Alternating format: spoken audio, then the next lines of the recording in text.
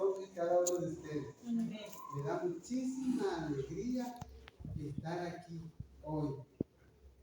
Tiene tiempo que tenía el deseo de venir a visitarlos. Gracias a Dios, hoy en el Día Santo del Señor se dio la oportunidad. Vamos a pedirle a Dios permiso para que al abrir su palabra, porque es un libro sagrado, su espíritu nos dirija. Oremos así como estamos. Bondadoso y eterno Padre, santificado sea tu nombre. Padre, al abrir tu santa y bendita palabra, que sea ella la que nos instruya, la que nos eduque, la que nos redarguya, la que nos amoneste y la que nos invite a mirar a Cristo, porque por medio de Cristo miramos tu maravillosa ley. Gracias, Dios, por este día.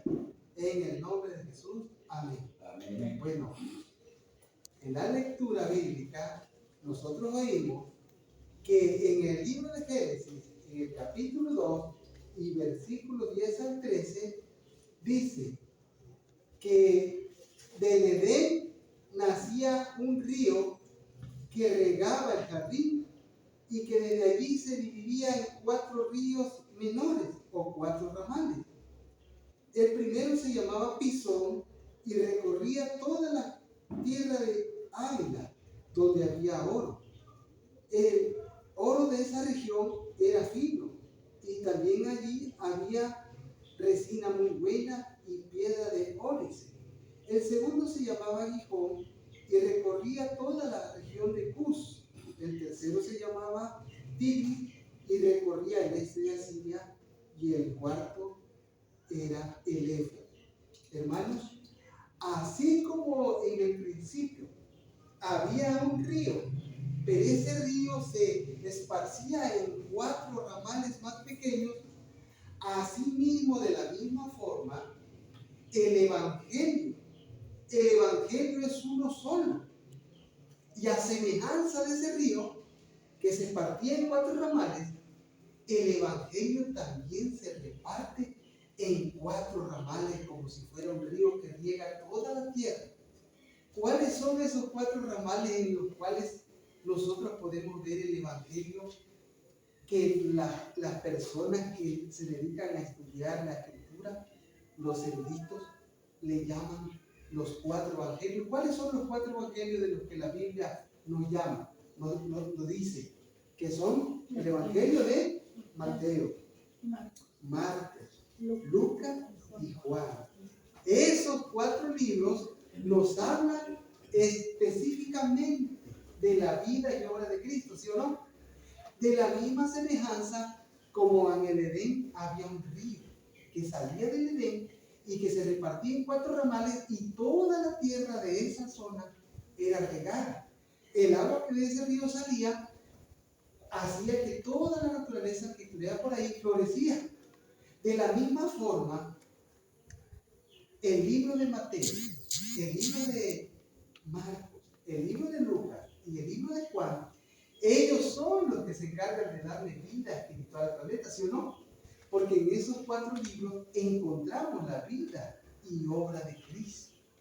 Por lo tanto, cuando estudiemos la Escritura, no nos olvidemos de entrelazar lo que estudiemos con esos 4 libros. Es decir, que si nosotros estamos estudiando algún libro del Antiguo Testamento, desde Génesis hasta Malaquías, no nos olvidemos de que tenemos que costurar esos libros con la vida y obra de Cristo, porque la vida y obra de Cristo es la que explica todos los misterios que hay en el Antiguo Testamento, y la vida y obra de Cristo es la que explica todos los misterios del Nuevo Testamento. La vida y obra de Cristo es la que une la ley y la gracia. Entonces, vamos a ver otro texto bíblico que nos va a decir la obra que estos libros también hacen. Vamos a ir al libro de Zacarías. El libro de Zacarías se encuentra ya casi cerca de Mateo. Se encuentra antes del libro de Malaquías, que es el último libro del Antiguo Testamento. En Zacarías en el capítulo 1 y el versículo 18 al 21, dice de la siguiente manera.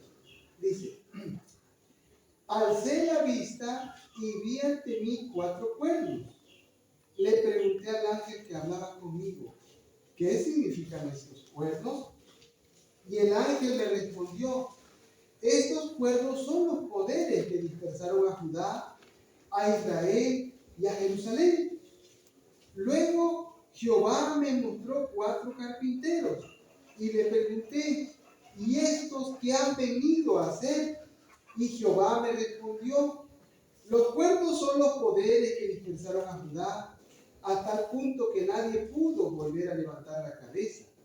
Los carpinteros han venido para aterrorizarlos y para deshacer el poder de las naciones que levantaron sus cuernos contra la tierra de Judá y dispersaron a sus habitantes. En esta lectura nos habla de 4 cuernos. Un cuerno significa un poder. Estos 4 cuernos que aquí habla se refieren a aquellos 4 imperios muy conocidos en la Biblia, en el Antiguo Testamento. Son aquellos 4 imperios que lucharon contra Israel. Esos 4 imperios, ayúdenme a contarlo. El primero se llamó Babilonia. El segundo se llamó Medo-Persia. El tercero se llamó Grecia. Y el último imperio del Antiguo Testamento que luchó contra Israel se llamó Roma.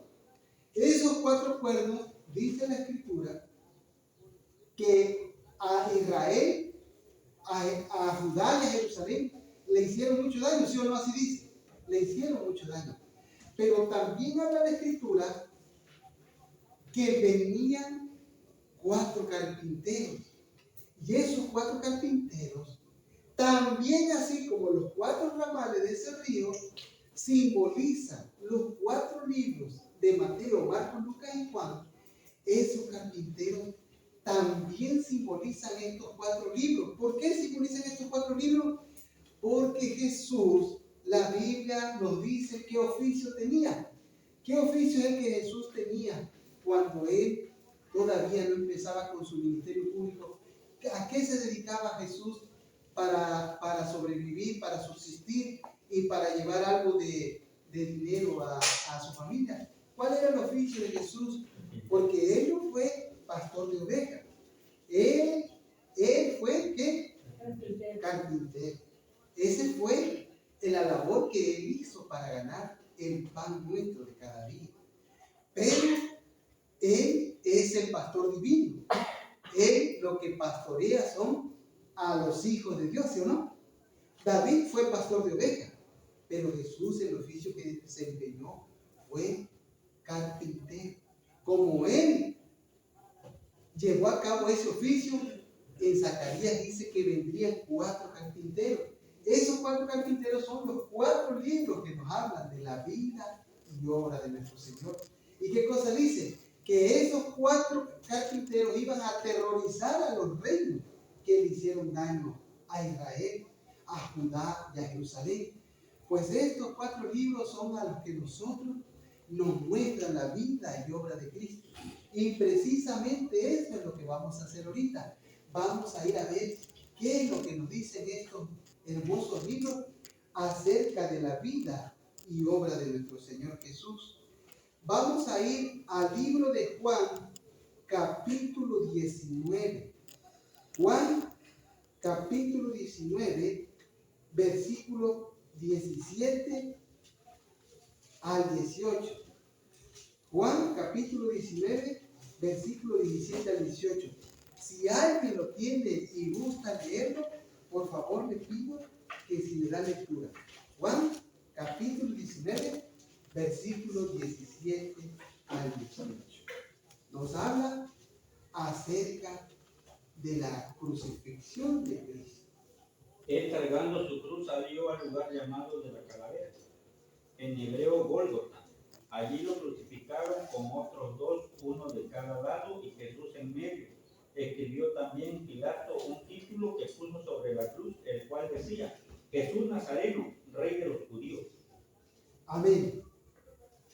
La crucifixión era la forma predilecta y la forma más terrible que el imperio romano tenía para castigar a un criminal.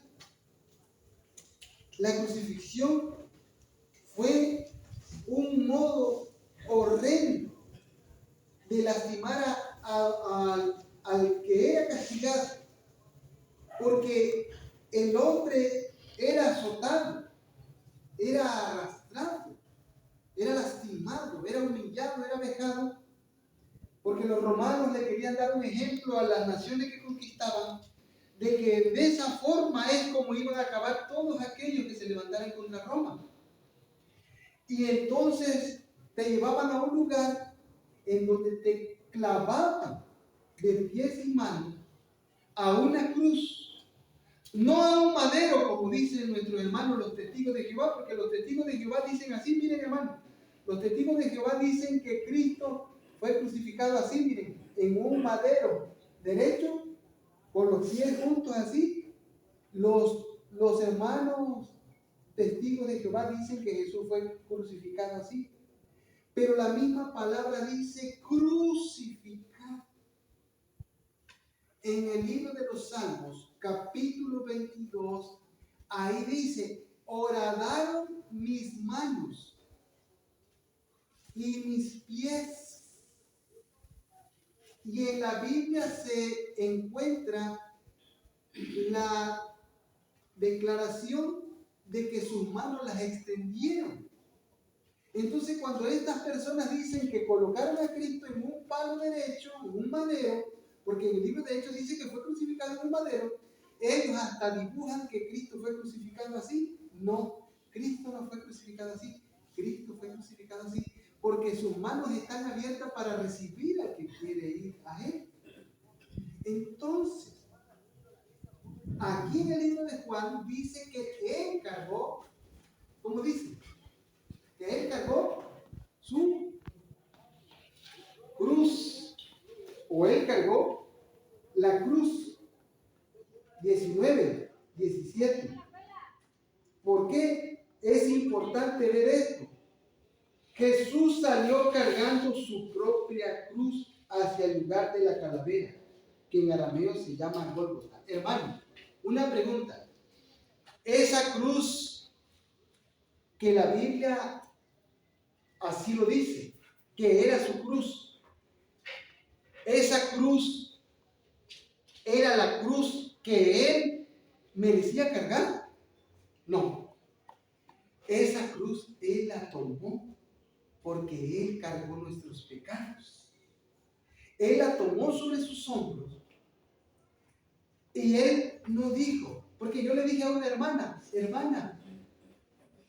¿por qué no salimos a visitar?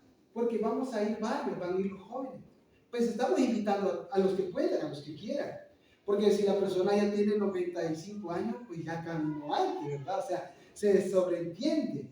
Israel antes salían a la guerra los que tenían fuerza para salir a luchar. Pero los ancianos se quedaban a orar en sus casas, en el templo. Y los que eran jovencitos, pues muy niños, ¿por qué no van a ir a la guerra? A la guerra iban los que tenían edad de ir a luchar, ¿sí o no? De 20 años para arriba y de cierta edad para abajo, ¿verdad? ¿Sí o no? Entonces yo le dije a esa persona, ¿por qué no salimos a visitar? Y esa persona me dio su razón, pues es válido. Me dijo, es que a mí me hace mucho daño el sol, es respetable. Pero verdad que en el camino a veces nos encontramos árboles, ¿sí o no? Nos podemos refugiar un poco en la sombra, ¿verdad? Tenemos que dedicar un tiempo a eso. ¿Se imaginan ustedes que Jesús hubiese dicho, pues la cruz no es mía, yo no he pecado, yo no voy a cargar la cruz? ¿Se imaginan que Jesús hubiese dicho, hay mucho sol o no había sol? Entonces Jesús decidió cargar la cruz, pero Él había sido apresado desde el jueves. Lo apresaron en la noche. Y desde que lo apresaron a Él, lo trajeron en humillación. Y él estuvo parado todo su juicio, desde el jueves en la noche. Todo el jueves en la noche él estuvo desvelado. Yo he estado trabajando en algunos lugares donde he tenido que estar parado, porque trabajé en una caseta de cobro donde se le cobra a las personas que llevan un vehículo, se le cobra y se le da cambio. Pero estar parado toda la noche es cansadísimo. Y en alguna ocasión me tocó quedarme hasta las 3 de la tarde, doble cansancio. Y estar haciendo así, cortando el boleto y dando cambio, es pesado. Pero el maestro lo habían azotado. No le habían dado algo de cenar, ¿o sí? No le habían dado un vaso de agua. No había ido a descansar un rato. No. Es más, en la noche, que era ilegal hacer un juicio en la noche, porque tanto el gobierno romano tenía un cuerpo legislativo, el Imperio Romano, el derecho romano todavía se enseña en las escuelas para los que van a estudiar licenciatura en Derecho, porque eso es lo que estudian ellos, el derecho romano. Ellos, su forma de juzgar era muy estricta. Pero también en Israel había un cuerpo legislativo, un cuerpo que juzgaba, ¿sí o no? ¿Cómo se llamaba? El Sanedrín. Pero hacer ese juicio en la noche era ilegal. Y entonces a él lo traían como de aquí a Chacalapa, mi hermano, como de aquí a Chinameca, caminando, porque a Pilato se le ocurrió, pues voy a mandarlo con Herodes para que yo no tenga la responsabilidad de juzgar. Y así lo llevaron. A lo mejor los demás iban a caballo, o algunos hasta iban a pie, pero pues cuando tenían sed tomaban agua, y si tenían hambre comían agua. Pero el Hijo de Dios no solo iba cargando la angustia del pecado, porque ya estaba cargando de la angustia que venía encima, sino que él iba orando por su pueblo, precisamente por lo que aquí hoy está pasando, por lo que está pasando en otros lados, porque la fe iba a faltar. ¿O no dijo él? Cuando el Hijo del Hombre venga, hallará fe en la tierra. El pueblo de Dios iba a ser zarandeado y cada vez iba a ir haciendo más pequeño. Pero eso no era más que el preámbulo de que pronto se iba a llenar la iglesia por lo que Él hizo, por lo que Él hizo. Es tan valioso y tan infinito que cada paso que Él dio, cientos de almas iban a venir a salvación humana. Él lo hizo por amor y nosotros no debemos de pensar en que nos va a costar trabajo ir a ver a alguien para animarlo, para orar por él o para abrirle la escritura. De Herodes vino de nuevo hacia Pilato y con Pilato fue juzgado. Pilato no tenía la intención, Roma no tenía la intención de matarlo. Si somos honestos, los romanos no tenían la intención de matarlo, sí. Los romanos no querían matarlo. Lo que querían llevarlo a la muerte, ¿quiénes eran? Su propio pueblo, ¿sí o no? ¿Por qué? Porque los romanos, como imperio, cuando conquistaban un lugar, a ellos lo que les interesaba era que se estableciera algo que le llamaban la Pax Romana. La paz romana era: yo ya los conquisté, así que se me están tranquilos, para que yo ya no venga y los destruya de nuevo, los devaste. Ustedes me van a mandar mis impuestos, me van a mandar mi oro, me van a mandar mi plata, me van a mandar mi bronce, me van a mandar mi trigo, me van a mandar mi aceite de oliva. Las cosas que hay ahí me las mandan. Si no me la mandan, entonces mandaré a mi ejército y dejaré lo mismo. Entonces los judíos, pues, acrecentaban los impuestos al pueblo para poder cumplir con el impuesto que Roma les demandaba. Entonces hallaron los judíos que el Mesías que venía, que realmente reconocieron que era el Mesías, ellos le habían dicho al pueblo que cuando el Mesías viniera, el Mesías iba a destruir a los romanos y le iba a dar la gloria de este mundo, cosa que era una falsedad, porque el Mesías no iba a venir a destruir a un imperio que estaba en la cúspide del poder en ese momento. No lo iba a destruir para darle ese poder mundano a su pueblo, porque él venía precisamente a salvarlos de este mundo de iniquidad, porque él venía como libertador del pecado. Pero los líderes romanos los líderes judíos le habían dicho al pueblo que cuando el Mesías viniera, iba a venir cargado de oro, de plata y a la cabeza de grandes ejércitos, así como los emperadores romanos hacían.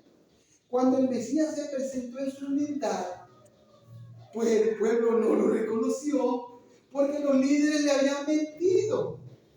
Y Jesús lo desengañó. ¿Cómo le dijo? Mi reino no es de este mundo. Cuando Jesús dijo eso, muchos dejaron de seguirle. Entonces, cuando los líderes judíos quisieron llevarlo a la crucifixión, dice en el libro El deseo de toda la gente, en la historia de la redención, que entre los que acusaban a Cristo había demonios en forma humana, ¿sí o no? Y los demonios fueron los primeros en levantar la voz: crucifícale, crucifícale. Y entonces los líderes del judaísmo que habían apostatado. ¿Por qué habían apostatado? Porque Pilato le dijo: aquí el rey de los judíos. ¿Y qué dijeron ellos? Cuando él les dijo: a vuestro rey de crucificar, ¿qué le dijeron ellos? No tenemos otro rey más que el César. El César era el representante de Satanás. Satanás tenía su ciudad. ¿Cuál era la ciudad de Satanás? Roma. ¿Cuál era el representante de Satanás? El César. ¿Cuál es el representante de Satanás ahorita? ¿Quién es? El Papa. El Papa Francisco es el actual representante de Satanás. Todo lo que se haga del lado de Francisco y del domingo, al diablo honra. Porque el día del Señor, la Biblia dice: acordarte del día de reposo. 6 días trabajarás y harás toda tu obra, mas el 7º día es reposo para Jehová tu Dios. No hagas en él obra alguno, tú, ni tu hijo, ni tu hija, ni tu criado, ni tu criada, ni tu bestia, ni tu extranjero que está dentro de tu puerta. Porque en 6 días hizo Jehová los cielos y la tierra. Por tanto, Jehová bendijo el día de reposo y lo santificó. Ustedes que están hoy aquí, ¿creen en eso, sí o no? Por eso están aquí. Porque el sábado es el sello de Dios. Somos sellados por el Espíritu Santo porque el Espíritu Santo es la persona que sella. Usted va a la presidencia y va a hacer un requisito, va a requisitar algo y llega un documento y la secretaria de la presidencia te lo recibe, pero ya fuiste antes y te dijo: traer una copia para ti, una copia para el departamento donde vas a ir, y el original se queda aquí. ¿Sí o no? Te lo pide así. Te recibe el original, te recibe la copia para el departamento y te da una copia a ti. ¿Qué cosa le hace? Lo sella. ¿El sello se movió solo? No, lo movió él. El Espíritu Santo es quien nos sella, pero nos sella con el sábado. ¿Por qué nos sella con el sábado? Porque el sábado te impulsa a adorar a Dios, te impulsa a venir a la iglesia a adorarle, a cantarle. Pero el sábado también te impulsa a amar al prójimo, ¿sí o no? Porque los primeros 4 mandamientos son de adoración, honra y gloria a Dios. Pero los otros 6 mandamientos son de amor al prójimo, ¿sí o no? Los primeros 4 mandamientos los cumplimos aquí en la iglesia, porque aquí venimos a adorar a Dios. Y allá afuera salimos a amar al prójimo, ¿sí o no? Esta es la casa de oración. Aquí venimos a darle gloria y honra a nuestro Dios en su día. Entonces, Jesús cargó su cruz. ¿Por qué dice así la Biblia? Porque Él decidió cargar la cruz por nosotros, a fin de darnos salvación. Dice la historia de la tradición, porque la Biblia no lo dice, pero pues hubo personas en ese tiempo que constataron que la cruz pesaba 150 kilos. ¿Se imagina usted?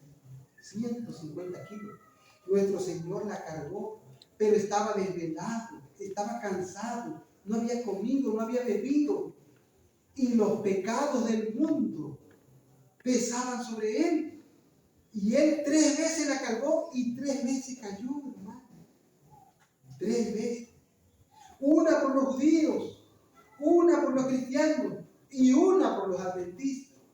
Cuando los líderes judíos vieron eso, no mostraron simpatía por él. Y los romanos, como eran rudos, pues veían que Cristo no iba a poder avanzar con la cruz. Y entonces venía un hombre del campo. Imagino que había madrugado, porque a Cristo lo llevaban antes de las 9 de la mañana. ¿Por qué antes de las 9 de la mañana, hermano Horacio? Porque en el antiguo santuario del desierto se sacrificaba una ovejita en la primera hora sagrada. ¿Cuál era la primera hora sagrada? Las 9 de la mañana. La primera hora sagrada. A las 9 de la mañana se sacrificaba, se hacía un sacrificio.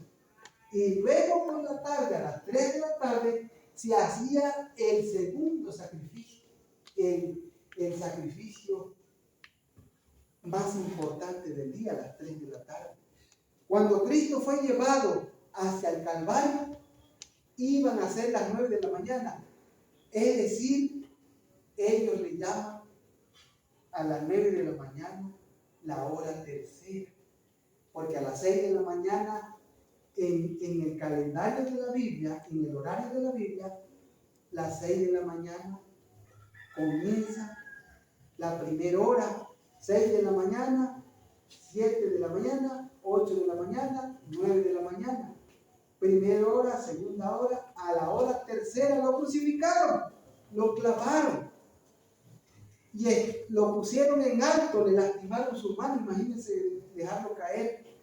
Y ahí estuvo crucificado desde las 9 de la mañana hasta la hora novena, las 3 de la tarde. 6 horas estuvo Cristo bajo el inclemente sol. Pero no solo el dolor de los clavos, el dolor de los pies, que eso nos debería de hacer que viniésemos a la iglesia al valorar lo que ese hombre hizo. Jamás voy a faltar a la iglesia en sábado, ni a la puesta del sol en viernes, ni a la puesta del sol en sábado, porque lo que él hizo fue grandioso y yo lo voy a valorar presentándome en la iglesia, porque no estamos en persecución, ¿o sí? Si estuviéramos en persecución, pues yo entendería, pues estamos siendo perseguidos y por donde andamos, por allá vamos a hablar de la fe. Pero nos presentamos en la iglesia porque así la Biblia lo dice, no dejando de congregarnos, como algunos tienen por costumbre, en tanto más que ve que el día se acerca, ¿sí o no? Entonces, mientras la llama del Evangelio esté encendida en ustedes, hay esperanza, ¿sí o no? Porque si todas las llamas de una flama se apagan, ¿cómo vas a poderle traspasar la flama del Espíritu? Porque si tú te desanimas, si ya se desanimaron muchos, si tú te desanimas, pues se va a morir en este lugar el Evangelio. Pero con uno que venga, con dos que venga, con tres que venga, con cuatro que venga, con cinco que vengan, con seis, con siete, vendrán 8, 9 y 10, y así se va a volver a llenar la iglesia, porque así está profetizado. En la Biblia todo se ha cumplido, todo, absolutamente todo en la Biblia se ha cumplido. Todo lo que está escrito en este maravilloso libro se ha cumplido. Lo único que falta por cumplirse ya es la última parte. Si todo se ha cumplido, ¿qué significa? Que la última parte también se va a cumplir. En este libro, hermano, sí hay salvación, hermano. En este libro hay salvación. En este libro hay vida eterna. ¿Por qué? Porque aquí dice, tus palabras me dieron vida. En este libro nosotros encontramos al maravilloso Jesús, al Hijo de Dios, que nos habla vida eterna, porque sus palabras son vida. Entonces, si nosotros queremos encontrarnos con Jesús, pero no vamos a este libro, ¿será que será el verdadero Jesús el que encontramos? No. Al verdadero Jesús, al verdadero Dios y al verdadero Espíritu de Dios lo encontramos aquí. Porque en una ocasión un pastor evangélico me dijo, así me dijo ese pastor evangélico, me dio mucha tristeza lo que me dijo. Me dijo, a mí me guía el Espíritu Y como el Espíritu me guía, o sea, se refería al Espíritu Santo. No necesito leer la Biblia, me dijo. No necesita leer la Biblia.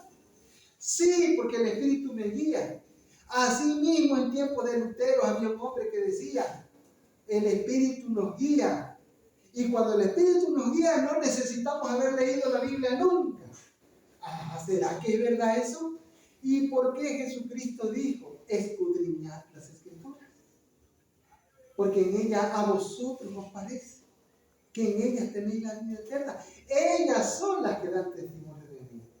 ¿Cómo es posible que una persona quiera conocer a Dios, quiera conocer a Cristo, quiera conocer el Espíritu de Dios, quiera conocer la verdadera iglesia y no quiera escudriñar este libro?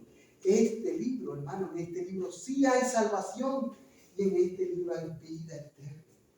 A este libro debemos ir diariamente, una porción. ¿Qué hombre sobreviviría sin comer? A lo mejor unos días. Nos lo demostró nuestro Señor Jesús. 40 días estuvo sin comer, 40 días y 40 noches. Moisés también 40 días y 40 noches. 40 días y 40 noches es lo que demora un hombre sin leer la Biblia y se empieza a morir. ¿Conoce usted a alguien que ya no se acuerda de la Escritura? ¿Cómo lo ve espiritualmente? ¿Cómo lo ve? A alguien que se olvida de este libro, ¿cómo lo ve? Muerto en vida. Por eso, con razón, pasé junto a un hermano y yo lo sabía. Y le pregunté, hermano, ¿cómo está la iglesia? ¿Cómo está el hermano Juan Carlos? ¿Cómo está el hermano Daniel?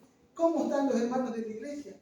Y me miró y vi su mirada triste, pero no le pregunté nada. Hermano, ¿le saludas a los hermanos? Sí, hermano, te lo voy a saludar. Pero me lo dijo con seguridad. Y yo no sabía. Pero hermano, cuando alguien se olvida de este libro, se va muriendo poco a poco. Si nosotros todavía estamos vivos con la llama de la fe, pues que no se mueren nosotros. ¿Por qué? Porque es por medio de la iglesia que Dios es visto, porque Dios es invisible. La iglesia son las manos de Dios. La iglesia son los pies de Dios de una manera simbólica. La iglesia Dios la puso para que sea luz a las naciones. Hermano, qué alegría y qué felicidad poder ver que hay vida en ustedes, la vida que Dios nos dio mediante Cristo. Que Dios bendiga a esta linda y hermosa iglesia adventista el séptimo día de Maranata. Que Dios bendiga a sus líderes, que Dios bendiga a todos y cada uno de ustedes, que Dios bendiga a cada familia representada, a los ancianos, a los que están en la edad adulta, a los jóvenes, a los niños, y que Dios bendiga a sus familias, hermano, y que esta bendición que Dios nos envió mediante Jesucristo, mediante su palabra, mediante su Espíritu, que nosotros también la compartamos con nuestra manera de vivir, con nuestra conducta, porque sería muy triste decir que un hombre adora a Dios, sigue a Jesucristo, pero no presenta la evidencia de que es un hombre que procura la santidad. Hermano, Dios le bendiga abundantemente, es mi deseo y oración. Amén.